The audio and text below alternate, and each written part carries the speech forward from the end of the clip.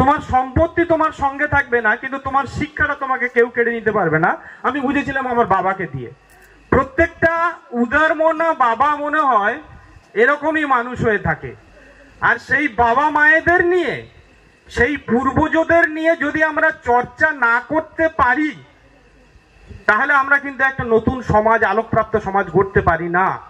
এটা কিন্তু নতুন বাবাদের জন্ম দেওয়া।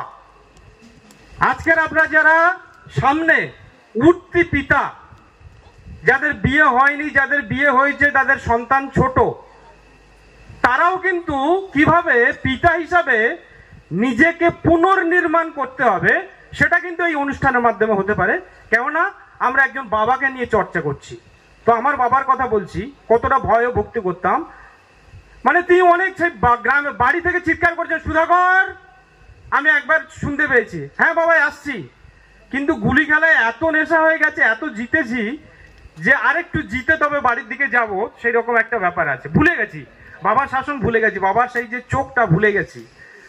তারপরে আর একবার চিৎকার করেছেন, সুধাকর। এইবারে আর কোনো গুলির দিকে তাকাইনি, জিতেছি সেটা আর নিইনি, ছুটেছি বাড়ির দিকে।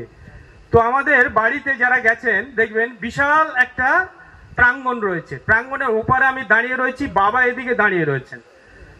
তো আমার তখন ওদিক দিয়ে হাউমাউ করে কাঁদতে শুরু করেছি। বাবা কিন্তু মারবেন না আমি জানি, হাউমাউ করে কাঁদতে শুরু করেছি। এবারে কি বলবেন?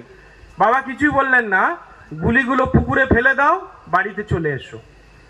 বুক ফেটে যাচ্ছে, কিন্তু কি করবো, গুলিগুলো পুকুরে ফেলে দিলাম, বাড়িতে চলে গেলাম। তো বাবাকে এরকম ভয় ও ভক্তি করতাম। বাবা যদি বাড়িতে না থাকতেন, আমি 100% শিওর আপনাদের সঙ্গে আমার পরিচয় হতো না, এখানে আসার সুযোগ পেতাম না। কেননা আমি এই মানুষটা তৈরি হতাম না। আজকের আমি এই যে বলার সুযোগ পাচ্ছি, তার জন্য একটা মিনিমাম ন্যূনতম শিক্ষার দরকার। সেই শিক্ষাটুকু হতো না যদি বাবা যাত্রা ছেড়ে দিয়ে এসে বিড়ি বেঁধেছেন, সবজি বিক্রি করেছেন, মাঠে চাষ করেছেন, এইভাবে আমাদেরকে মানুষ করেছেন। প্রত্যেক বাবা, বিশেষ করে বিশ্বনাথ বারবার বলছিল এসসি এসটি ওবিসি সম্প্রদায়ের যে সমস্ত ছেলেমেয়েরা যারা একটু আমরা উপরে উঠতে পেরেছি, তাদের পিছনে কিন্তু এইরকম বাবা মা ছিল বলে তবে উঠতে পেরেছি। তো সেই বাবাদের নিয়ে আমরা কি চর্চা করব না? এটা যদি শ্রাদ্ধ বাসর হতো কি হতো? মানুষ এসে দুটো খেয়ে চলে যেত, কোনো চর্চাই হতো না।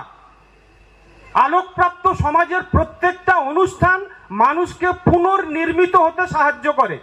গৌতম বুদ্ধ বলে গেছেন পুনর্জন্ম, এটা অনেকে বলে থাকেন। পুনর্জন্ম আর কি? পুনর্জন্ম এই কিছু নয়। আজকের আপনারা যারা এখানে হাজির হয়েছেন, যারা দূর থেকে আমার কথা শুনছেন, তারা যদি আজকে নিজেকে পুনর্নির্মাণ করতে পারেন, বাবা হিসেবে নিজেকে পুনর্নির্মাণ করতে পারেন, মা হিসাবে, সন্তান হিসাবে, একজন সামাজিক মানুষ হিসাবে, মানবিক মানুষ হিসাবে, একজন প্রকৃত আম্বেদকারবাদী হিসাবে যদি পুনর্নির্মাণ করতে পারেন রজনীকান্ত বিশ্বাসের মতো, তবেই হবে তার পুনর্জন্ম। আমি সকালে এক ধরনের ছিলাম, এই অনুষ্ঠানটা শেষে আমি আর এক ধরনের মানুষ হয়ে যাব। এটাই হলো পুনর্জন্ম। পুনর্জন্ম নতুন কিছু নয়, জন্ম একটাই, পৃথিবীতে একটাই জন্ম। যত যুক্তিবাদী মানুষ তাইরাই বলে গেছেন পুনর্জন্ম হয় আমাদের ক্ষণে ক্ষণে। যদি কোনো মানুষ এই পুনর্জন্মের শিকার না হয়, আমি শিকার কথাটা বললাম কেন, পুনর্জন্ম হতে গেলে অনেক সাহসের দরকার আছে। মানুষের সবচেয়ে বড় ভয়, আমাদের বিভিন্ন স্টাডি, বিভিন্ন রিসার্চ বলছে, আমি ব্যক্তিগতভাবে দেখেছি, মানুষের সবচেয়ে বড় ভয় কোনটা জানেন? মানুষের সবচেয়ে বড় ভয় হচ্ছে বিশ্বাস হারানোর ভয়, সত্যটা জানার ভয়।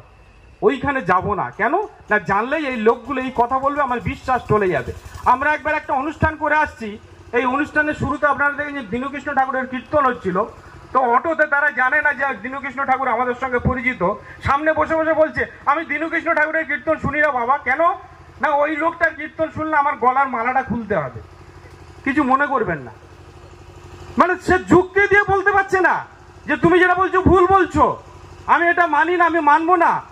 তিনি কি করছেন, তিনি বলছেন আমি অনুষ্ঠানে যাই না, ওনার কীর্তন শুনে। এটা কি বলে ইংরেজিতে বলে এসকেপিজম, পলায়নের মনোবৃত্তি। কেন পালাবো আমরা? আমরা এটা স্বীকার করব, মেনে নেব। হ্যাঁ ঠিক আছে, আমার বিশ্বাস, আমি থাকবো, কোনো অসুবিধা নেই। অনেকে আছে, হ্যাঁ আপনি বলছেন সব শুনবো, কিন্তু আমি আমার জায়গাতে থাকবো, কোনো অসুবিধা নেই।